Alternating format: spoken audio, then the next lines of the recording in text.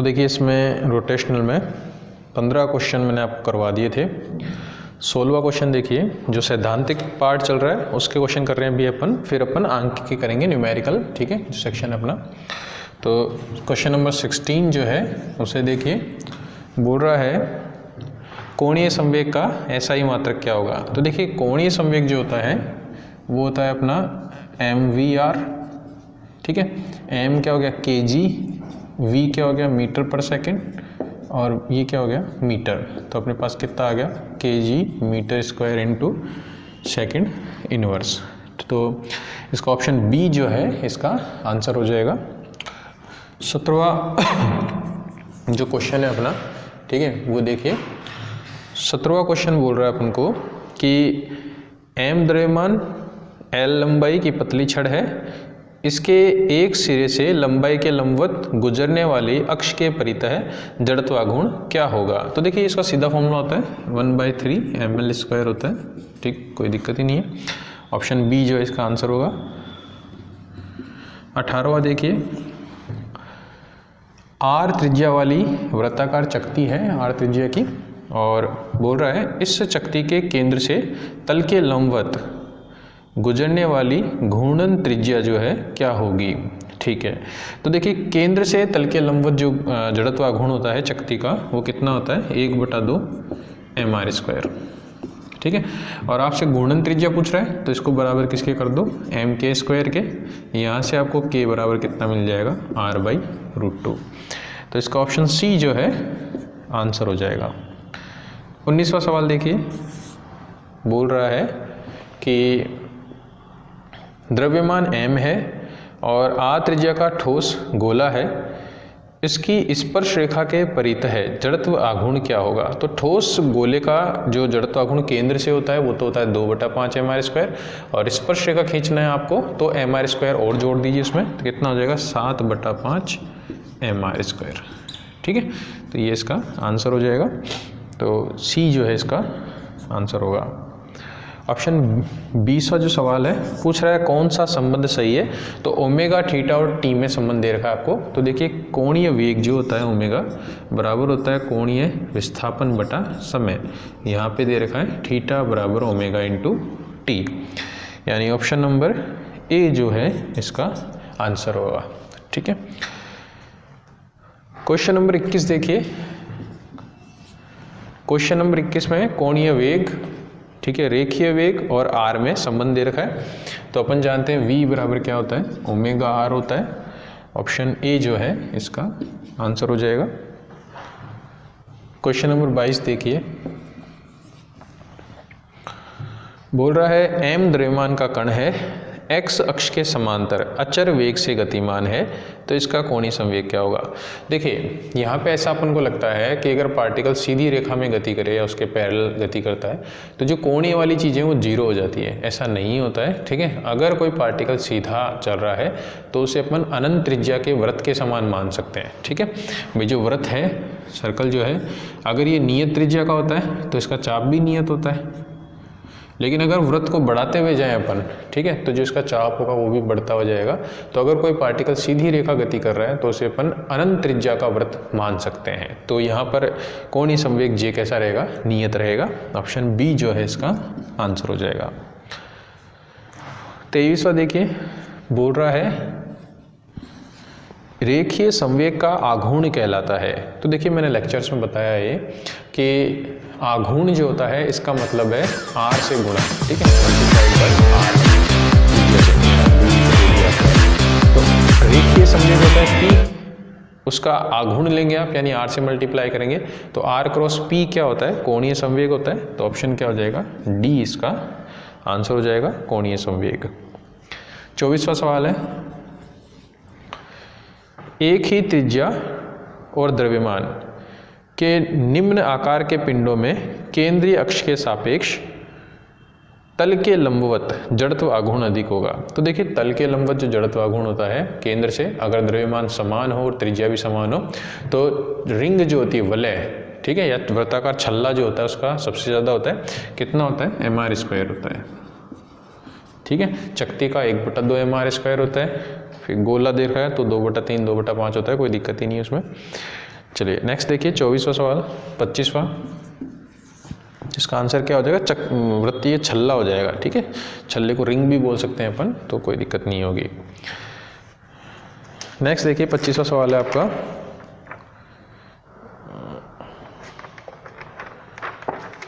सवाल कहाँ गया, यहाँ ये रहा। देखिए इसमें क्या नंबरिंग थोड़ी उल्टी सीधी है किताब में, बुक की प्रिंटिंग थोड़ी इस तरह से है।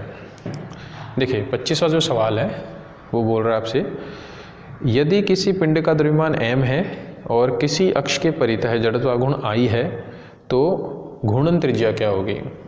तो देखिए यहाँ पे घूर्णन त्रिज्या अपन जानते हैं क्या फॉर्मूला होता है, जड़त्व आघूर्ण का mk² होता है, देन k बराबर क्या होगा, √I/m हो जाएगा। तो ऑप्शन नंबर बी जो है इसका आंसर हो जाएगा। ठीक है, तो ये आपका 25वां सवाल था। 26वां सवाल देखिए, बोल रहा है आपसे, समान द्रव्यमान है, समान मोटाई है कि दो डिस्क ली है जिनके घनत्व, पदार्थों का घनत्व दे रखा है d1 और d2। पूछ रहा है केंद्र के अक्ष के परितः है इनके जड़त्व आघूर्ण का अनुपात क्या होगा। देखिए इस सवाल को, तो देखिए सवाल में द्रव्यमान समान दे रखा है। ठीक है, 26वां सवाल है। अगर द्रव्यमान समान है इसका मतलब क्या है, नियत है, कांस्टेंट है।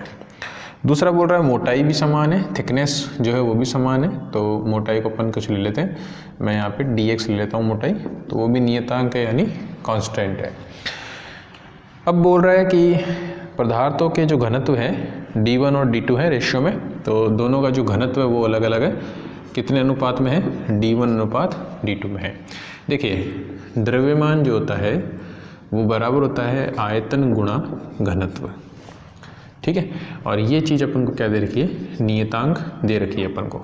ठीक है, तो यहाँ से अपने पास आएगा आयतन गुणा घनत्व बराबर नियतांक।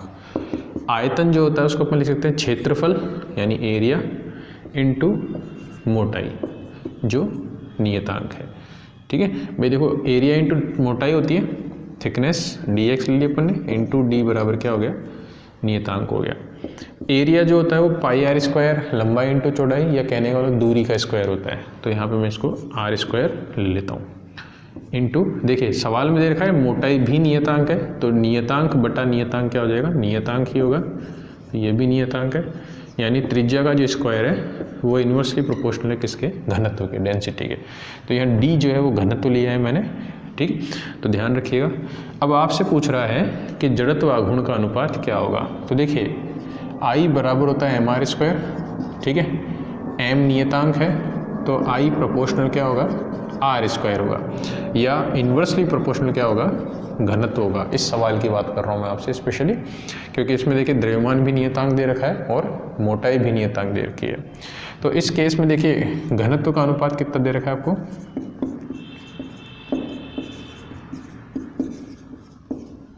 इन्वर्सली प्रोपोर्शनल है, तो कितना हो जाएगा, d2/d1 हो जाएगा। ठीक है, तो ये आपका आंसर होगा d2/d1, ऑप्शन बी जो है इसका आंसर होगा। ठीक है, तो ये आप लिख लीजिएगा।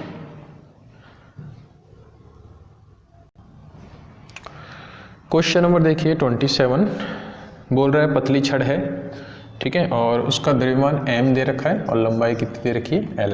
ये छड़ ले ली अपन ने, इसका द्रव्यमान तो दे रखा है आपको m और लंबाई कितनी दे रखी है, l। ठीक है, आगे सवाल बोल रहा है एक सिरे से l/3 दूरी पर लंबाई के लंबवत अक्ष के परितः छड़ का जड़त्व आघूर्ण क्या होगा। तो एक सिरा ये ले लिया अपन ने, इससे l/3 दूरी है, तो ये दूरी मैंने कितनी ले ली, l/3 ले ली, ये ले ली l/3।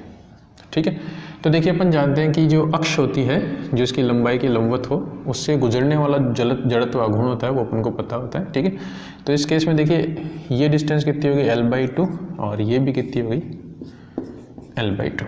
अपन को निकालना है l/3 दूरी पर, यानी यहाँ पर जड़त्व आघूर्ण अपन को निकालना है।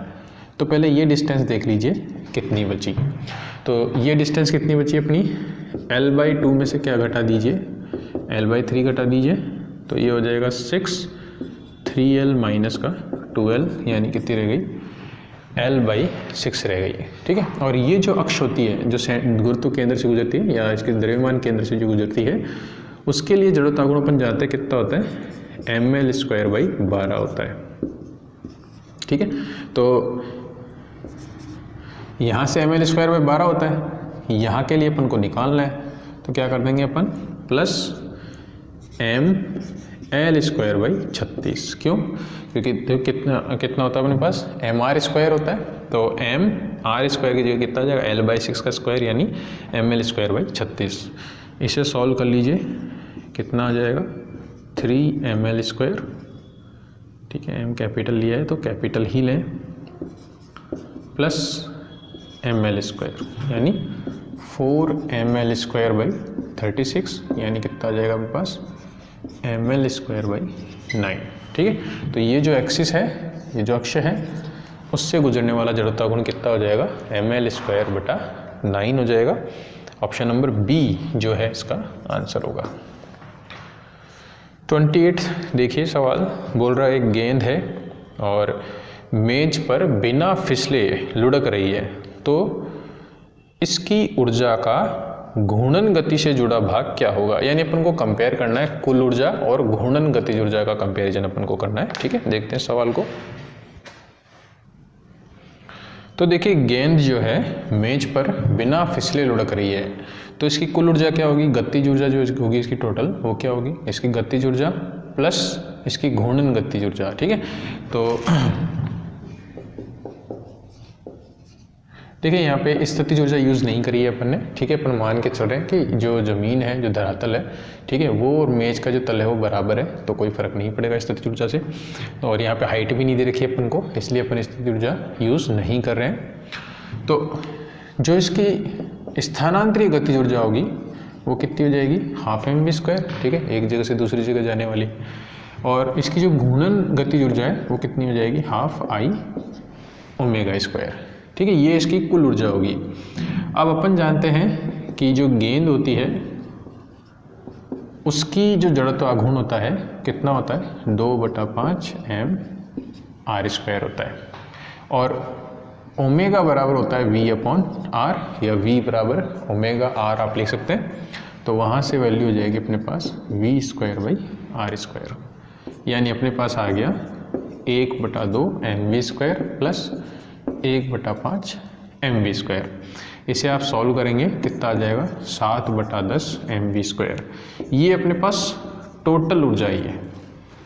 आपको ये बताना है कि घूर्णन गतिज ऊर्जा कुल ऊर्जा का कितना भाग है।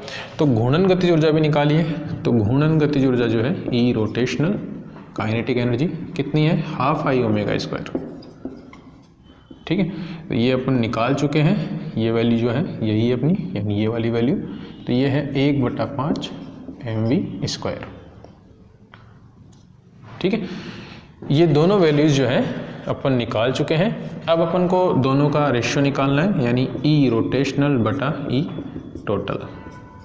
तो कितना हो जाएगा, 1/5 इंटू 7/10 mv² से mv² कैंसिल हो जाएगा, तो कितना आ जाएगा आपके पास, 2/7, ठीक है।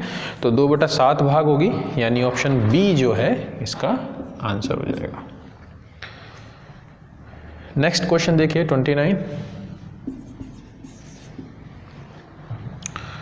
29वां सवाल है आपका, 29वां सवाल है। कोई वृत्ताकार चकती है, उसके केंद्र पर एक वृत्ताकार सकेंद्रीय छेद कर दिया जाए, तो चकती के केंद्र से गुजरने वाली इसके तल के लंबवत अक्ष के परितः चकती का, ऑप्शन ए दे रखा है जड़त्व आघूर्ण घटेगा, ऑप्शन बी है घूर्णन त्रिज्या बढ़ेगी, सी है ए और बी दोनों, और डी दे रखा है जड़त्व आघूर्ण बढ़ेगा। देखिए स्टार्टिंग में मान लो चकती ये थी, ठीक है, ये पूरी चकती है आपकी डिस्क है, यानी भरा हुआ है मैटर। इसकी त्रिज्या अपन ने लिखी थी r। अब इसमें छेद कर दिया एक, ये इसमें छेद कर दिया अपन ने, कितनी त्रिज्या का, स्मॉल r त्रिज्या का। तो जब आप चकती में छेद करेंगे तो वहाँ से पदार्थ तो हटेगा, द्रव्य हटेगा। जैसे ही पदार्थ हटेगा तो m क्या हो जाएगा, कम। m कम होगा तो जड़त्व आघूर्ण mr² होता है, यानी ये भी क्या हो जाएगा, कम हो जाएगा। ठीक है, तो फर्स्ट ऑप्शन तो सही है कि जड़त्व आघूर्ण कम होगा, और सेकंड ऑप्शन भी सही है कि घूर्णन त्रिज्या बढ़ेगी। ठीक है, मैं यहाँ लिख देता हूँ आपके लिए पूरा जड़त्व आघूर्ण का फॉर्मूला लिख देता हूँ कि जब r त्रिज्या हो और उसमें r त्रिज्या का अपन छेद कर देते हैं तो नया जड़त्व आघूर्ण क्या होता है। जो चकती होती है अपनी, अगर उसमें आप छेद कर देते हैं स्मॉल r त्रिज्या का, तो ये नया जड़त्व आघूर्ण होता है अपने पास। ठीक है, आप इसे लिख भी लीजिएगा। तो अपन देख रहे हैं कि ये जो त्रिज्या है रेडियस ऑफ गायरेशन के बराबर होगी, यानी ये आपकी घूर्णन त्रिज्या जो है उसके बराबर होगी, यानी त्रिज्या बढ़ चुकी है घूर्णन त्रिज्या की। तो ऑप्शन सी जो है इसका आंसर होगा, जड़त्व आघूर्ण कम हो जाएगा और घूर्णन त्रिज्या बढ़ जाएगी। नेक्स्ट देखिए, तीसरा सवाल है, बोल रहा है चकती का जड़त्व आघूर्ण जो है न्यूनतम होता है। तो चकती का जड़त्व आघूर्ण कहाँ न्यूनतम होता है? व्यास के सापेक्ष होता है, 1/4 mr² होता है। ठीक है, तो व्यास इसका आंसर होगा 1/4 mr²। तो ये आपके जो सैद्धांतिक प्रश्न थे उसके 30 सवाल खत्म होते हैं। नेक्स्ट लेक्चर में अपन क्या करेंगे, इसके आंकिक प्रश्न करेंगे, इसके न्यूमेरिकल पोर्शन अपन करेंगे। Thank you.